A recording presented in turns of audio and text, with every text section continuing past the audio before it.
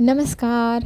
हळद रुसली कुंकू हसलं या मालिकेच्या आजच्या भागामध्ये आपल्याला पाहायला मिळत आहे आपली कृष्णा वेषांतर करून आलेली असते, म्हातारीचं रूप घेऊन आलेली असते आढळराव यांच्या घरी. आणि आढळराव आणि बाळजाबाई यांना काही प्रश्न विचारू लागते की तुम्हाला तुमच्या मुलांचं सुख हवं असेल तर तुम्ही काहीतरी करायला हवं. मग नक्की काय करायला हवं? तर आजीबाई म्हणते माझ्या विचारलेल्या प्रश्नांची उत्तर द्या. तर ते उत्तरे आता देत असतात. तर इथे बाळजाबाईला प्रश्न करते, आजी तुमचं लग्न झालं आहे का? त्यात पूजाच उत्तर देते की आमच्या बाळजाबाईंचं लग्नही झालं आणि त्यांचा घटस्फोटही झाला. घटस्फोट म्हणजे डिवोर्स. हेही ती उलगडून सांगते. आणि पूजा जेव्हा सांगते तेव्हा खरं तर राग येत असतो आढळरावांना. पण बाळजाबाई म्हणते आजीबाई तुमच्या जिभेला काही हाडो, तर ह्या वयामध्ये मला दुसरं लग्न करायला सांगतायत. तर आता आजीबाईंना इथे बाळजाबाई रागवलेली असते आणि आजीबाई हसू लागते, हो हो सॉरी मी चुकून असं बोलले. खरं तर मला असं म्हणायचं होतं की तुम्ही दोघांनी पुन्हा एकदा लग्न करा. माझ्या तोंडून चुकून दुसरं लग्न करा असं निघालं. तर आता सगळेजण आजीकडे पाहत असतात. आढळराव मात्र रागाने आजींना म्हणतात की तुमच्या वयाचा मान ठेवून आत्तापर्यंत तुम्हाला इथे उभं राहू दिलं आणि बोलू दिलं आहे, पण तुम्ही आता जरा जास्तच बोलतायत ना. तर आता आजी म्हणते की मी चुकीचं थोडीच काही सांगत आहे. माझं काय म्हणणे, तुमच्या घराच्या ह्या अंधकारमय वातावरणाचं तुम्हाला उजेडात जायचं असेल तर तुम्हाला लग्न हे महत्त्वाचं आहे आणि ते करायलाच हवं. तर ह्या विषयावरती आढळराव चिडतात आणि म्हणतात की मला कोणीही काहीही सल्ला द्यायचा नाही, मी कुणाचं काही ऐकणार नाही, मला लग्न करायचं नाही म्हणजे नाही. इथे मात्र आजी हट्टच करत बसलेली की तुझ्या घराच्या सुखासाठी बघ ना, तुझ्या मुलांच्या सुखासाठी बघ ना, लग्न कर ना. तर आता इथे आजी त्याला नाही असा विचार नको करू, होच बोल म्हणत असतो. तर आता बाळजाबाई म्हणते की आजी तुम्ही जास्तच हट्टहास करताय, नका करू एवढा हट्ट. तर आता इथे आजी म्हणत असते की नाही, घराच्या सुखासाठी लग्न करायलाच हवं. नाही म्हणायचंच नाही असं ना मान हलवती आणि मग टणकन खाली पडती आपली कृष्णाची वीग. खरं तर इतकं हसायला येतं त्या क्षणाला ज्यावेळेला टुमकून ती केसांची वीग खाली पडते आणि आपला हा खट्याळ दुष्यंत आहे ना, हात ठेव हसत असतो. तर सगळेजण तिला पाहून आश्चर्यचकित होतात आणि उभं राहून बाजूबाई म्हणू लागते की कृष्णा हे काय करतेस तू? मात्र आता आपल्याला आढळराव पाहायला भेटतील बरं का, पहिल्यांदाच कृष्णावरती संतापलेले रागावलेले बाबा. तर आता इथे तिच्यावरती चिडतात की तू हे जे काही केलं आहे ते मला अजिबात पटलेलं नाही. तर आता इथे कृष्णा म्हणते की आबा विचार करण्यासारखी गोष्ट आहे ना, का नाही म्हणताय तुम्ही, हो म्हणा ना. आबा मात्र म्हणतात की फक्त तुला मी मुलगी मानली ह्या नात्याने तुला मी उलटून बोललो नाही किंवा काही केलेलं नाही, पण तू मर्यादा उल्लंघत आहे, तू तुझ्या मर्यादा उल्लंघायच्या नाही. मला सल्ला द्यायचा नाही की माझं लग्न करायला पाहिजे की नाही, समजलं. इथे बाळजाबाई तिला खुणवते की आता नको वाद घालू, आबांशी बोलण्याचा प्रयत्न करू नको. ती बोलायला जाते तर आबा जास्त चिडतात नाही. आता बाळजाबाईंनी सांगितल्याप्रमाणे इथे कृष्णा एकदम शांत उभी राहते. मात्र आता कृष्णाच्या डोक्यात असंख्य विचार येत आहे. तर कृष्णा बाळजाबाईंकडे एकटक पाहते. बाळजाबाई आता तिला शांत राहायला सांगतात. आता स्वतःही निवांत एका ठिकाणी बसलेले असताना त्या विचारात असतात की आज आपल्याला आढळरावांचं जे रूप पाहायला मिळाले ते खरंच कसं होतं. आणि आढळराव चक्क डायरेक्ट नकार देत होते लग्नासाठी. ही गोष्ट पण त्यांना फारच मनाला दुःख किंवा चटका देऊन जाणारी आहे. आपण आयुष्यात किती मोठी गोष्ट गमावली ह्या गोष्टीचं सतत तिला दुःख वाटत असतं. ते तिच्या चेहऱ्यावरनं डोळ्यातनं अश्रूसारखं टपकत असतं. तर आपण इथे पाहू शकतो की एकदम एकटक पाहत आपली शून्यात हरवून गेलेली बाळजाबाई पाहायला मिळणार. अगदी आजूबाजूला काय घडते त्या गोष्टीचे भान नाही. डोक्यात एकच विचार, तो म्हणजे आढळरावांचा. आपण आढळरावांना आपल्या संसाराला गमावलं ही खंत त्यांच्या चेहऱ्यावर जाणवते. त्यांच्या चेहऱ्याकडे पाहत पाहत आपली कृष्णा तिथे येते आणि तिच्या शेजारी जाऊन बसते. तर आता कृष्णा बाळजाबाईंना हाक मारून म्हणते की बाळजाबाई तुम्ही कसला विचार करताय? तर आता इथे बाळजाबाई इमोशनल झालेली आपल्याला पाहायला मिळणार. आणि तू अशी कशी गं असं म्हणत आता इथे सुरुवात करते बाळजाबाई. आणि बाळजाबाई म्हणू लागलेली कृष्णाला, मी तुला मारण्याचा प्रयत्न केला, तुला असंख्य प्रकारे त्रास दिला, तू सगळं काही विसरली आणि माझ्या सुखासाठी तू आढळरावांशी वाद घालत होतीस. एवढं सगळं वाईट मी तुझ्याशी वागले तरीही तू माझ्या चांगल्याचा विचार केला. माझं लग्न आढळरावांशी लावण्याचा विचार तुझ्या मनात आला. माझ्यासाठी तू त्यांच्याशी बोलली, लढली. पण खरं सांगू का, तुझं मन खूप मोठं आहे आणि ते मन समजून घ्यायला मी उशीर केला. त्यामुळेच तर माझ्यावरती ही वेळ आली. माझ्या कर्मांची फळं आहे ही मी आत्ता जी भोगत आहे. तर आता इथे कृष्ण त्यांना म्हणत असते की असं काय बोलतायत तुम्ही? तर ती म्हणते नाही मला बोलू दे. तर आता ती बोलत असते की तू किती मनाने उदार आहे आणि तुझ्या मनात किती काय काय घडतं आहे, चाललं आहे. सगळ्यांच्या चांगल्याचाच विचार तू नेहमीच करत आली आहे. स्वतःचा पण विचार कर ना. माझ्यासाठी तू आढळरावांशी तुझं नातं खराब करू नको. तुला ते मुलगी मानतात. जर तू त्यांच्याशी हट्टाने भांडत राहिली माझ्यासाठी तर ते तुझ्यापासून दुरावतील. तर आता कृष्णा त्यांना समजवते की असं काही होणार नाही, तुमच्या डोक्यातले हे विचार काढून टाका.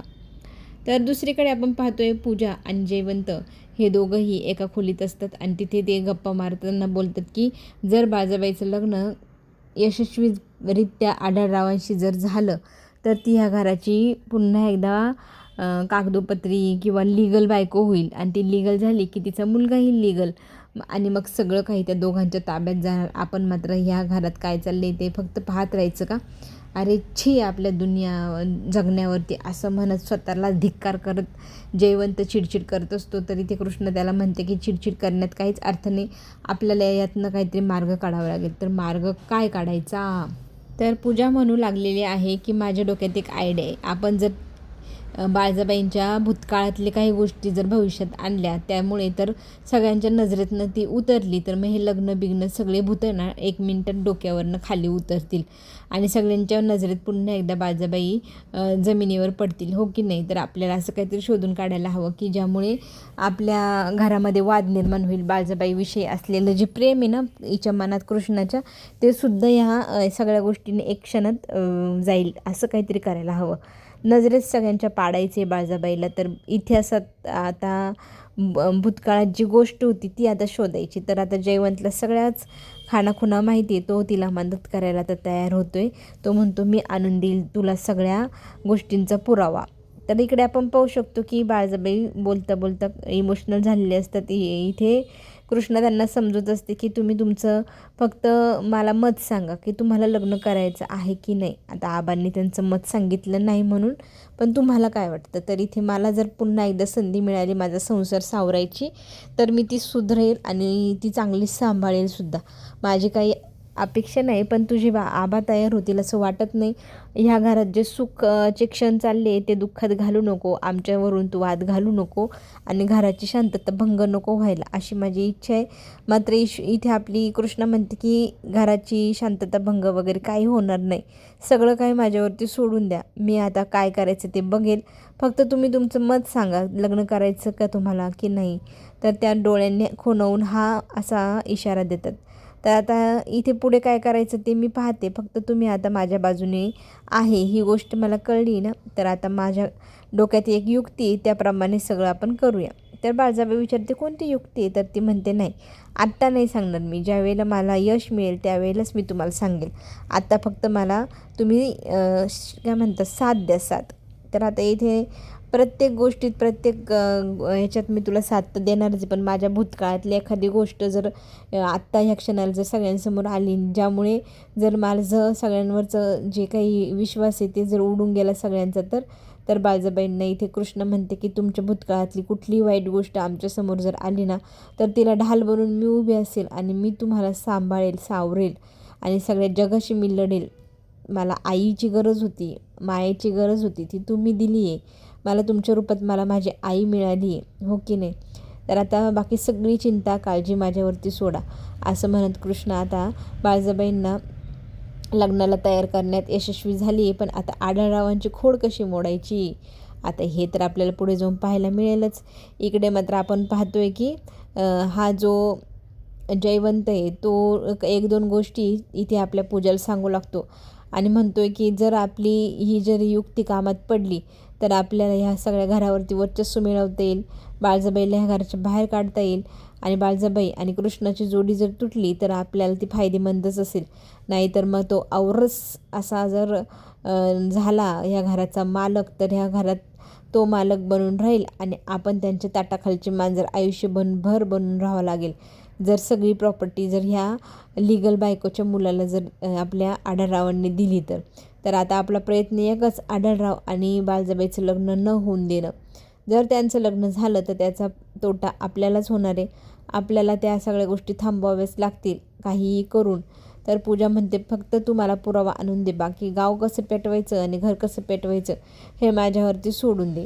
तर आता इथे पूजाने एक छान प्लॅन आखलेला आहे. त्या प्लॅनप्रमाणे जयवंत आणि ती दोघं मिळून आता पुढे जाऊन काम करणार आणि काम असं करणार की बाळजाबाई आणि कृष्णा ह्या घरातनं वेगळ्या कशा होतील किंवा त्या दोघींची जी युती आहे ती कशी तोडता येईल असा काहीतरी प्रयत्न इथे पूजा करताना पाहायला मिळणार. तिला मदत जयवंत करणार.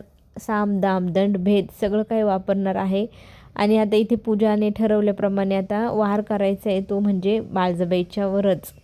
तर पुढे आपल्याला हे पाहायला मिळेल की दुष्यंत त्याच्या खोलीत असतो. अर्धा तास होऊन गेला, अजूनही आपली बायको आलेली नाही रूममध्ये. या गोष्टीने त्याचा संताप होऊ लागतो आणि म्हणतोय की ही कुठे गेली आहे आणि इथे लवकर येत नाही, बाळजाबाईशीच गप्पा मारत बसली असेल असा त्याच्या डोक्यात विचार चालू असतो.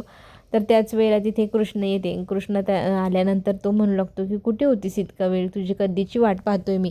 तर ती म्हणू लागते की मी थोडा वेळ बाळजाबाईशी बोलण्यासाठी गेले होते. तर आता इथे दुष्यंत म्हणू लागलेला आहे की खरं सांगू का, तू जर आणखी थोड्या वेळ जर नाटक करण्यात यशस्वी झाली असती ना, तू हे जिंकलीच असती. आणि ती जरा निराश होते की काय मला चिडवत आहे. तर तू हसत हसत म्हणू लागतो, तुला जर एवढंच सगळं करायचं होतं, आजीबाई बनायचं होतं तर मला सांगायचं ना. तुझी ती वीग आहे ना ती खाली पडली, ती मी छान प्रकारे चिटकवून दिली असती, मग ती चिटकली असती ना व्यवस्थित, मग ती खाली पडलीच नसती. आणि बोलता बोलता हसू पण लागतो. त्यामुळे कृष्ण संतापू लागते की माझी थट्टामस्करी करतायत ना तुम्ही. तर तो म्हणतो थट्टामस्करी करण्यासारखीच तर गोष्टी घडली, तू व्यवस्थित तयार होऊन आली असती मग ते झालंच नसतं ना. खरंच मला तुला पाहून फार हसायला येत होतं, तुला कोणीच ओळखलं नव्हतं, काय भारी रूप घेतलेलं ॲक्टिंग केलेली तू. तर आता इथे रागाने आपली कृष्णा त्याच्याकडे पाहत असते आणि ती म्हणते की मी प्रामाणिकपणे प्रयत्न केला. आबा आणि बाळजाबाई यांच्यापुढे माझं म्हणणं काय त्याचा एक हे तर गेला, हिंट तर गेली की माझं काय मत आहे, मला काय वाटतं आहे. आपल्या बाबांसमोर बोलण्याची ताकद नव्हती माझ्यात की तुम्ही लग्न करा बाळजाबाईंशी, पण त्या निमित्ताने का होईना मला सांगता आलं आबांना.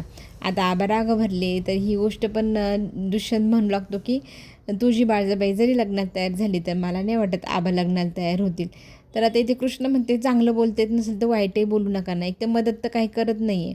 तर आता इथे दुष्यंत म्हणतो की काय मदत करायची, त्या दोघांचं तो काय म्हणतात प्रायव्हेट गोष्ट आहे की त्यांना काय करायचं किंवा काय नाही, आपण कसं काय बळजबरी करू शकतो की तुम्ही लग्न करा. इथे मात्र आता कृष्ण म्हणते की मी लग्न लावूनच दाखवेल त्या दोघांचं. तर तुझी काय युक्ती आहे असा प्रश्न केल्यावर इथे कृष्ण म्हणते की अजून विचार करते मी काय युक्ती काढू, मग मी युक्ती काढली की तुम्हाला सांगते. तर इथे कृष्णावरती चिडत असतो दुष्यंत की ह्या सगळ्या गोष्टीतनं जास्त अडकू नको यार. पण ती आता काही ऐकायलाच तयार नाही. पुढील भागामध्ये आपल्याला पाहायला मिळणार आहे कृष्णाने सकाळी सकाळी सगळ्यांना सांगितलेलं असतं की आपल्याकडे आज पाहुणे येणार आहे आणि मुद्दामच आपल्या पूजाला सांगते की छान प्रकारे स्वयंपाक कर बरं का, पाहुण्यांना तो आवडला पाहिजे. तर कोण पाहुणे येणार असा प्रश्न आढळराव विचारतात. तर आढळरावांना आपली कृष्ण सांगू लागते, अहो ते देसाई नाही का, त्यांना मी बोलवले, त्यांचं स्थळ आलं आहे. आपल्या घरात तर कोण नाही लग्नजोगं जयवंत सोडून, तर कोणाचं स्थळ आहे. तर आता इथे कृष्ण सांगते की अहो आपल्या बाळजाबाईंसाठी स्थळ आलं आहे, त्यांचं ते स्थळ त्यांना बघायला येते. मग हा काय सगळा प्रकार म्हणून आढळराव विचारतात. तर कृष्ण म्हणते की मी त्यांचं दुसरं लग्न लावून द्यायचं ठरवलं आहे. त्यांना कोणी घटस्फोटीत म्हणून हिणवलेलं मला चालत नाही, तर मी दुसरा नवरदेव शोधला आहे. तुम्ही तर नकार दिलायच ना. तर ही गोष्ट ऐकल्यानंतर आता खरं तर गमतीशीर गोष्ट आहे, सगळेजण आपल्या कृष्णाकडे पाहत आहे हा सगळा काय प्रकार आहे. आणि हा जळफळाट आपल्याला पाहायला मिळणार आढळरावांच्या चेहऱ्यावरती, माझ्या बायकोचं दुसरं लग्न.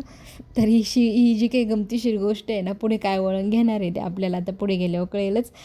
चला तर मग चॅनलला नक्की लाईक करा, सबस्क्राईब करायला विसरू नका. कमेंटमध्ये सांगा कशी वाटली आजची सिरीज. आपण पुन्हा भेटू. धन्यवाद.